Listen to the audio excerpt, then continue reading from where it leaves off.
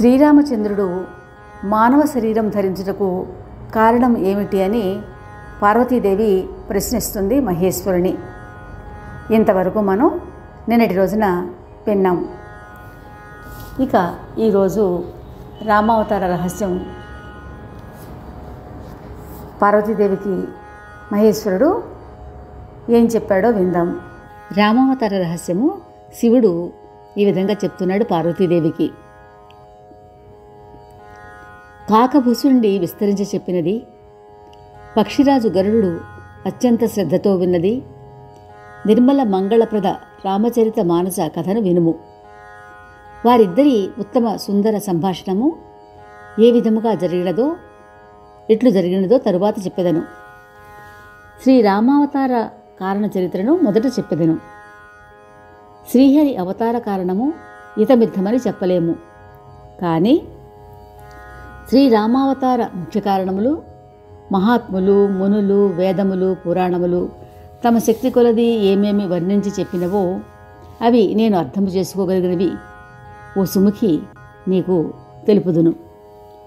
ఎప్పుడు ధర్మము క్షీణించి నీచ అహంకారులైన రాక్షసులు ప్రబలి గో బ్రాహ్మణ దేవతలకు భూదేవికి చెప్పలేనన్ని అన్యాయ అపకారములు చేసి కష్టముల పాలు చేయుదురో దయానిధి ప్రభువు అప్పుడు వివిధ దివ్య శరీరములను ధరించి సజ్జనుల కష్టములను వాపును. రాక్షస సంహారం చేసి దేవతలను ఉద్ధరించును. తన నిర్మల యశమును వ్యాపింపచేయును. ఇది ఒక కారణం.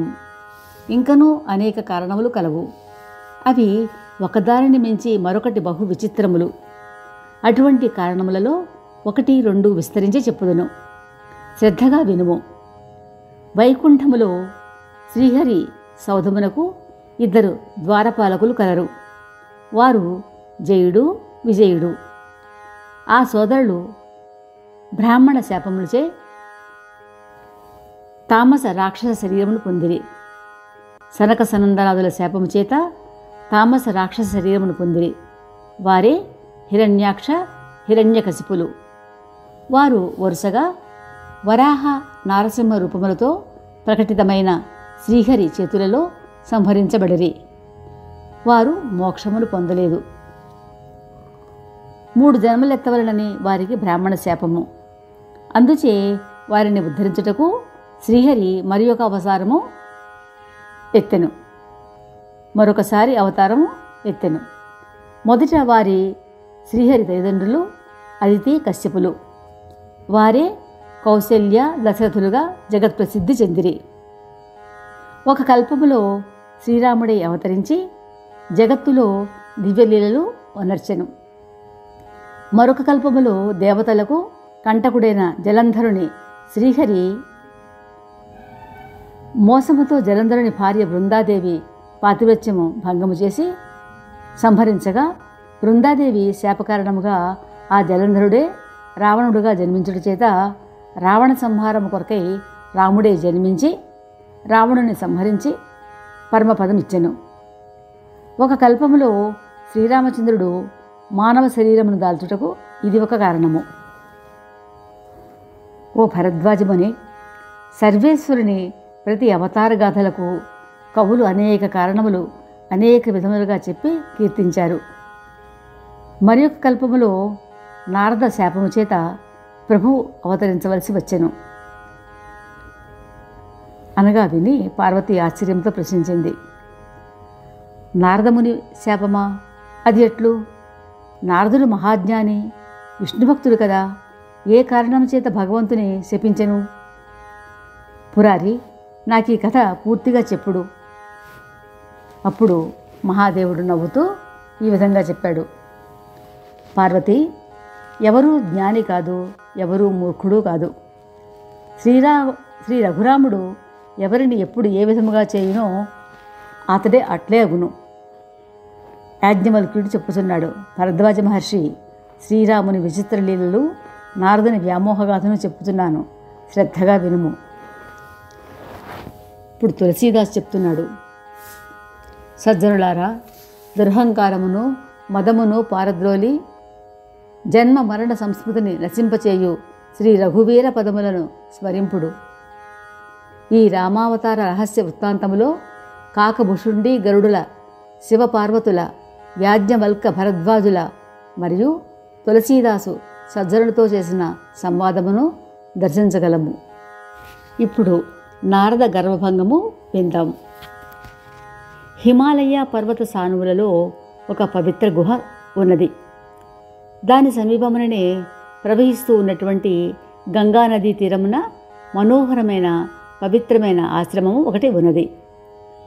ఒకసారి నారద మహాముని ఆ ఆశ్రమ ప్రాంతమును చూచి మనస్సునకు ఆహ్లాదము కలిగి లక్ష్మీకాంతుని చరణకమలములందు అనురక్తి కలుగగా నిర్మల హృదయముతోటి స్థిర సమాధిని పొందాడు.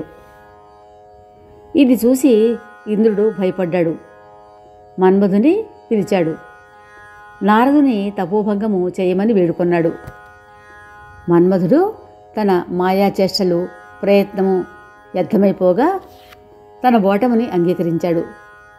నారదుని చరణములపై పడ్డాడు. రక్షించమని వేడుకొన్నాడు. నారదుని మదిలో లేశమైన క్రోధము కలుగకపోవట చేత ప్రియవచనములతోటి మన్మధుని సమాధానపరిచిన విషయము ఇంద్రునకు ఇంద్రసభలో విశదపరిచాడు. అందరూ ఆశ్చర్యపడి నారదముని యొక్క ఔన్నత్యమును కొనియాడారు. శ్రీహరికి ప్రణమిల్లారు. ఇది జరిగిన తర్వాత నారదుడు శివసన్నిధికి వెళ్ళాడు. తన పట్ల మన్మధుడు వనొచ్చినటువంటి దుష్కృత్యములు తన శాంతమును శివుడుకు వినిపించాడు. అప్పుడు శివుడు, ఓ నారదముని, నీవు నాకిప్పుడు చెప్పిన వృత్తాంతము శ్రీహరికి ఎప్పుడూ చెప్పవద్దు. ప్రస్తావన వచ్చినా దీనిని బహిర్గతపరచవద్దు అని బతిమలాడాడు. శివుని హితబోధ నారదునికి రుచించలేదు. భరద్వాజముని, ఈ విచిత్రము గమనించము, ఈశ్వరేచ్ఛ బలవత్తరము అంటున్నాడు యాజ్ఞవల్క్య మహాముని. శ్రీరామచంద్రమూర్తి ఏమి చేయకోరుతున్నాడో అదే జరిగి తీరుతుంది. తరువాత నారదుడు ఒకసారి శ్రీహరి గుణగానం చేస్తూ క్షీరసాగరము చేరాడు. ఆ సమయంలో శ్రీమన్నారాయణుడు శశిశయ్యపై పరుండి ఉండి మునిని చూచి లేచి సాదరముగా ఆహ్వానించాడు. తనతో పాటు ఆశ్రమం మీద కూర్చోబెట్టుకున్నాడు. శివుడు చెప్పవద్దని నిషేధించినప్పటికీ భగవంతునితో నారదుడు మన్మధుని యొక్క యావత్తు చరిత్ర చెప్పివేశాడు. శ్రీ రఘునాథుని మహాప్రబలమైన మాయకు వసులు కాని వారెవరూ జన్మించలేదు. నారదుని యొక్క మాటలు విన్నాడు భగవంతుడు. మీరు బ్రహ్మచర్యవ్రత నిష్ఠులు, మహాధీరులు, మదనుడు మిమ్మలను ఏమి చేయగలడు అని అంటూ నారదుని యొక్క అంతరంగమును పరికించాడు. అతని మదిలో దురభిమాన వృక్షము అంకురించినట్లుగా తెలుసుకున్నాడు. వెంటనే దీనిని పెరికివేస్తాను, దాసులకు శ్రేయమునొచ్చుటే కదా నా శపథము అనుకున్నాడు. నేను నర్చబో ఉపాయం వల్ల మునికి శుభము జరగవలేను, నా లీలా నాటకము సాగవలేను అని కూడా అనుకున్నాడు. నారదుడు భగవంతుని చరణములకు మొక్కి వెళ్ళాడు. అప్పుడు లక్ష్మీపతి తన మాయను ప్రేరేపించాడు. శ్రీహరి మాయచేత నారదుడు వెళ్లే మార్గంలో 100 యోజనముల విస్తీర్ణం గల ఒక సుందర నగరము నిర్మించి దానికి శీలనిధి అను రాజును తగిన పరివారాది సౌకర్యములతోటి ఆ రాజులకు ఒక విశ్వమోహిని అనే పేరు గల కన్యను కల్పించి ఆమెకు ఒక స్వయంవరమును కూడా ఏర్పాటు చేశాడు. భగవన్మాయ చేత సృష్టించబడిన ఈ నగరమునకు అసంఖ్యాక రాకుమారులు వచ్చుట చూశాడు నారదుడు. కుతూహలంతో ఆ నగరంలో ప్రవేశించాడు. పురవాసుల ద్వారా విషయం తెలుసుకున్నాడు. రాజమహలుకు వెళ్ళాడు. రాజు మునిని పూజించాడు. ఆశ్రమం మీద కూర్చోబెట్టుకున్నాడు. రాజు నారద మహామునితోటి, స్వామి, మీరు దివ్యదృష్టితోటి ఈ కన్య మంచి చెడులు భవిష్యత్తు చెప్పకూడదను అని అడిగాడు. నారదుడు ఆమె సుందర రూపమును చూసి మనసులో ఈ విధంగా అనుకున్నాడు, ఈ కన్య నన్నే వరించినట్లు ఉపాయం చేయవలెను. శ్రీహరియే నాకిప్పుడు పరమహితుడు, సహాయకారి కాగలడు. నారదుడు అతి వినయంతో పలు విధములుగా భగవంతుని ప్రార్థించాడు. లీలామయుడైన ప్రభు తక్షణమే అక్కడ ప్రత్యక్షమయ్యాడు. ప్రభు, నీ రూపము నాకు ప్రసాదించుడు, కానట్లయితే మరి ఒక విధముగా నేను ఈ కన్యను పొందలేను. స్వామి, నేను నీ దాసుడను. ఏమి చేసినట్లయితే నాకు మేలు జరుగుతుందో అదే శీఘ్రముగా జరిపించండి. అప్పుడు జగత్ప్రభు తన ప్రబల మాయా మోహ ప్రభావం చూపించి, నారదముని, నీకు పరమహితము చేయుటకే నిశ్చయించుకున్నాను. నా వచనములు ఎప్పటికీ అసత్యములు కావు అని ప్రభు అంతర్ధానమైపోయాడు. దీనితో నారదుడు తానెంతో సంబరపడిపోతూ తన రూపమును తాను చూసుకుని రాజకన్య తననే వరించును అనుకుంటూ సభలో ఉండగా, ఆ సభలో 2 శివగణములు కూడా ఉన్నారు. వారికి మాత్రమే రహస్యం తెలియను.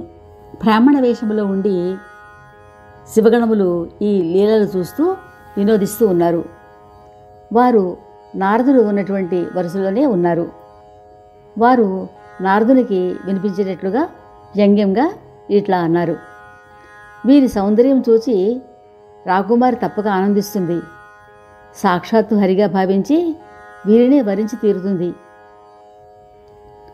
వానర ముఖముతో ఉన్నటువంటి నారదుడు మోహావేశం వల్ల ఈ శివగణముల మాటలు నిజమని భావించసాగాడు. అంతేకాకుండా వారు తనను ప్రశంసిస్తున్నారు అనుకున్నాడు. ఈ విశిష్ట చరిత్ర ఎవరూ తెలుసుకోలేదు.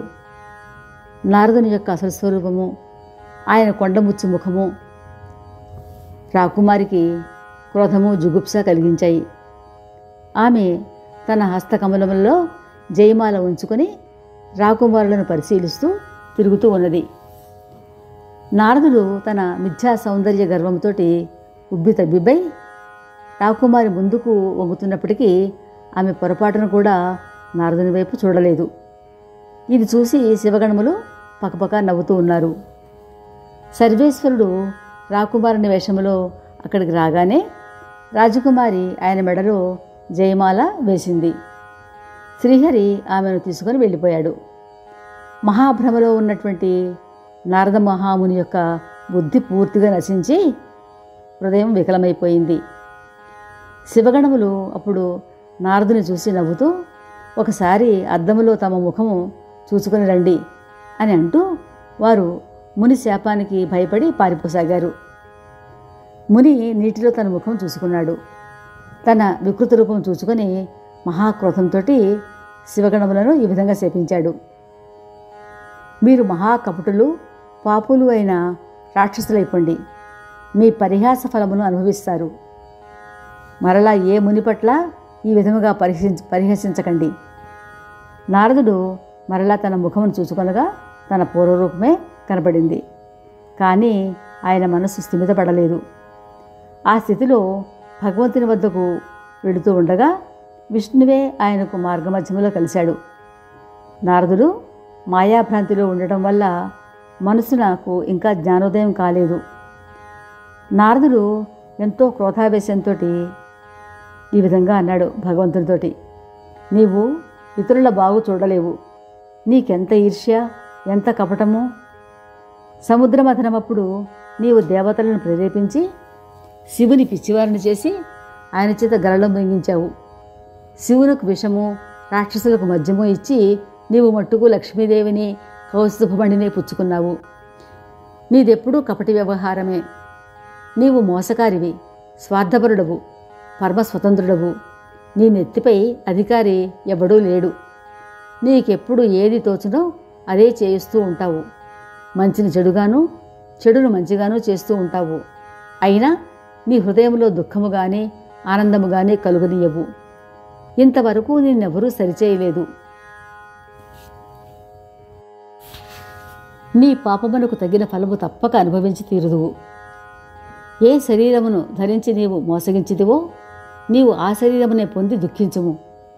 నాకు వానర రూపము ఇచ్చితివి కనుక నీకు ఆ వానరులే శరణ్యమగుదురుగాక. నేను కోరుకున్న స్త్రీని నాకు కాకుండా చేసి నాకు విరహబాధ కల్పించితివి కనుక నీవు కూడా స్త్రీ వియోగముతో దుఃఖము అనుభవించవు. నీకిది నా శాపము. జగత్ప్రభువు నారదుని శాపము శిరసా వహించాడు. ఎన్నో విధముల నారదుని కొనియాడాడు. తన మాయను ఉపసంహరించాడు. తక్షణమే లక్ష్మీదేవి రాకుమారి అచట కనబడకపోవడం చేత నారదముని అత్యంత భయభ్రాంతుడై శ్రీహరి చరణముల మీద పడి ప్రార్థించాడు. శరణాగత త్రాణపరాయణ నారాయణ, నన్ను రక్షించు. దయానిధి, నా శాపము అసత్యమవుగాక. అప్పుడు భగవానుడు, ఇదంతయు కావాలననే నేను చేసితిని అన్నాడు. నారదుడు పరిపరి విధములా చింతిస్తూ భగవంతుని తన పాపము ఎట్లు పరిహారమగునో తెలుపమని ప్రార్థించాడు.